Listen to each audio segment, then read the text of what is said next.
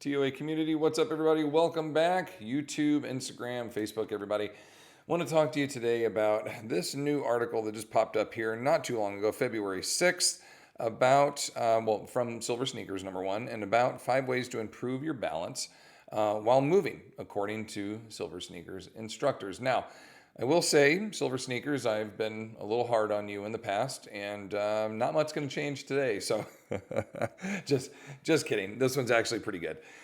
So let's give some props here to Hope Winsborough, and her interview with Kate Milan.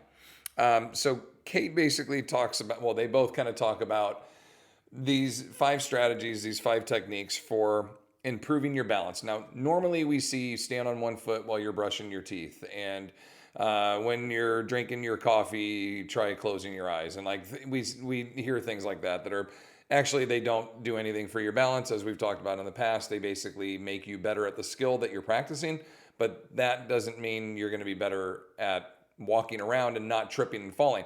Standing on one foot and brushing your teeth makes you better at standing on one foot and brushing your teeth, basically, is what it comes down to, because we have this thing called locomotion where your body is moving through space and it will trip and it'll catch a toe or get off balance, and momentum and inertia and gravity and broken hip. Okay? So, things to strategize against and program for, the first one they put in here, is practice both static and dynamic movements. And I love that. Looking at the idea of, hey, let's practice some static movements where you are going to balance and move and, maintain in one position, not really go anywhere, just hold load or hold tension or hold balance and maintain. And then dynamic movements, multiple different directions, forward and back, side to side, rotation, undulations, high and low, all kinds of different things. Training for life, understanding that you're going to have multiple different angles that you're going to have to move and manipulate in on a regular basis and not fall down at the same time. So maintaining your balance, I think that's a very good one. So number one, I definitely agree. Change the way that you stand. I love this. She talks about changing the position. So not just going feet, shoulder width apart, toes straight all the time. Think about getting in and out of a booth, getting up and down off the toilet, getting in and out of a low vehicle, getting up and down from your lazy boy recliner, from your bed. Which side do you get up and down from? What height do you get up and down from? Are your feet always perfectly even, or do you have to slide one foot out and then get up from that position? Are your feet completely stacked together and you have to get up from that position? Are you below parallel? Are you above parallel? Are you on one side? Are you only getting on the left side, only getting on the right side, etc.? So I love this one. By varying and staggering your feet, changing your foot positions, changing different heights, you can definitely get better at getting up and down from different seated positions to the standing position. That's excellent. So 2 for 2, I agree. All right, number 3. Exercise in all 3 planes of movement. You're crushing this. Sagittal, forward and back. Frontal plane, side to side, like a plane of glass, goes right through the venue, so you're going to be able to move side to side. And then transverse, rotation, okay, working on those. Though frontal and frontal and transverse planes are probably more difficult to train in, doesn't mean that we shouldn't do that. Sagittal is super easy because we train there all the time. We push, we pull, we press, we squat, we lunge, we step, we do all this stuff forward and backwards, working into all these other directions, these different angles, different rotations. Fantastic, great advice, good practice. I love kind of getting multiple components together. So if you stagger your feet, left foot forward, right foot back, and then grab a pulley with your right hand, contralateral, and do rotating pulls, what we call pull starts in-house, you are going to work along your transverse plane with that rotation, work sagittal at the same time where you're going here, right? You could step out laterally and then row and then return, step laterally, row, return. Now you have sagittal and frontal, right? So you can complex or combine multiple planes of action into one movement. This makes you train for a real life functional movement where you may step lateral and grab onto something at the same time, and now you've actually trained that movement pattern. So that's a good one. 3 for 3, crushing it. All right, using your senses. Try this at home. A visual component. Stand on one leg and close an eye or both eyes. I love this. Spatial awareness. We talk about this all the time. Changing your depth perception, getting rid of your ears. So when you talk, it's weird how if I plug my ears, how I sound so differently internally.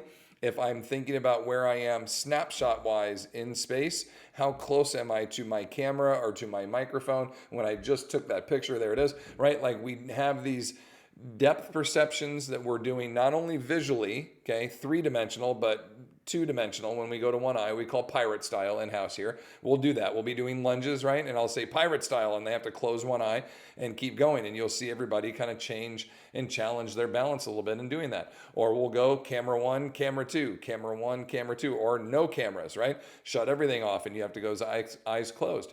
What if you covered the ears so they couldn't hear reverberation of noise? And that helps with depth perception and spatial awareness, right? Where you are in space, you can hear your voice and noise ricochet off the walls and come back. And that helps you know, am I close to the wall or am I not? Am I close to my microphone or am I not? Right? Those kinds of things. So I love this. 4 for 4. We're crushing it. The last one, number 5, is conquer common tripping hazards. I love it. You killed it. This is excellent.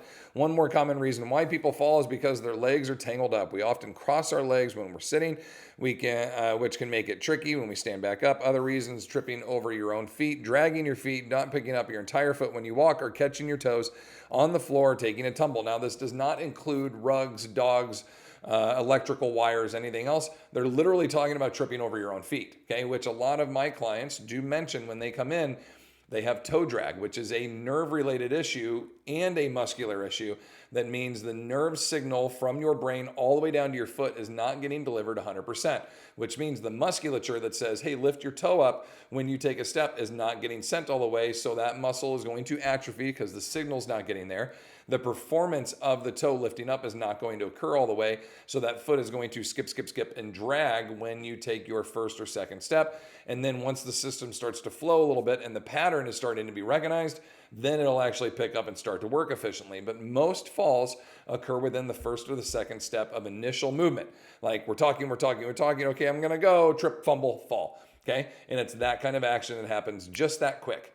So understanding that initial engagement, that initial step in whatever direction, we need efficiency with our feet, catching our own foot, staggering, stumbling, tripping over our own foot, getting the idea of how to appropriately and efficiently perform calf pumps, okay, where you have your heels maybe hanging off a step and then raising up to the toes and returning, but then turning around and doing dorsiflexors, right, where you pull your toes up and train those musculatures, plantar flexion and dorsiflexion, right, the 2 ankle movements, training both of those. We always think, oh, we got to plant down, raise up to our toes, but what about pulling our toes up? That's a very, very big one in this. 5 for 5. Great job, author. Great job, trainer. Let me go back and give them all props one more time to Hope Winsborough and to Kate Milan. I love it. 5 for 5. I completely agree. You nailed it. Thank you for not doing the common practice, mundane, dumb crap that we normally get in these articles. You stepped outside the box and you actually nailed it. This was exactly what people needed to hear. And I am super, super happy and impressed with this article, which is why I wanted to give you props. Silver Sneakers, like I said at the beginning, I am a little tough on you sometimes because you don't put out the best content. Sometimes you just put out things that you think that are popular. And that is aggravating because we want the best content. And so this one was very good content and I wanted to high five you. High 5, high 10, 2 thumbs up, 10 stars, 5 stars, whatever rating system we're using. I'm a happy camper. You're a 99 out of 100 on Rotten Tomatoes for me. I couldn't be happier, Well done. You get my point. All right, everybody. Any comments, questions, hit me up down below. Tell me what you think. What was I going to tell you? We got something coming up. Dan McLean. That's what we have coming up in April 1st. Not a joke.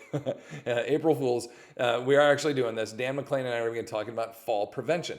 You will see a email in the next couple of weeks asking you to sign up for that free webinar. So keep an eye out for that. Dan McLean is our physical therapist that we work with in-house. That's going to be a really good one. He's going to be right here with me inside the bunker as we talk about fall prevention techniques. Dan will talk about why and what weaknesses make you fall. And I will show you some of my favorite exercises that will be incorporated around some of these 5 strategies right here of what we like to do with our clients in-house to make sure they don't fall as well. So keep an eye out for that. Continue to fight your good fight against sarcopenia. I love and appreciate you all, and we will see you in the next one. Take care.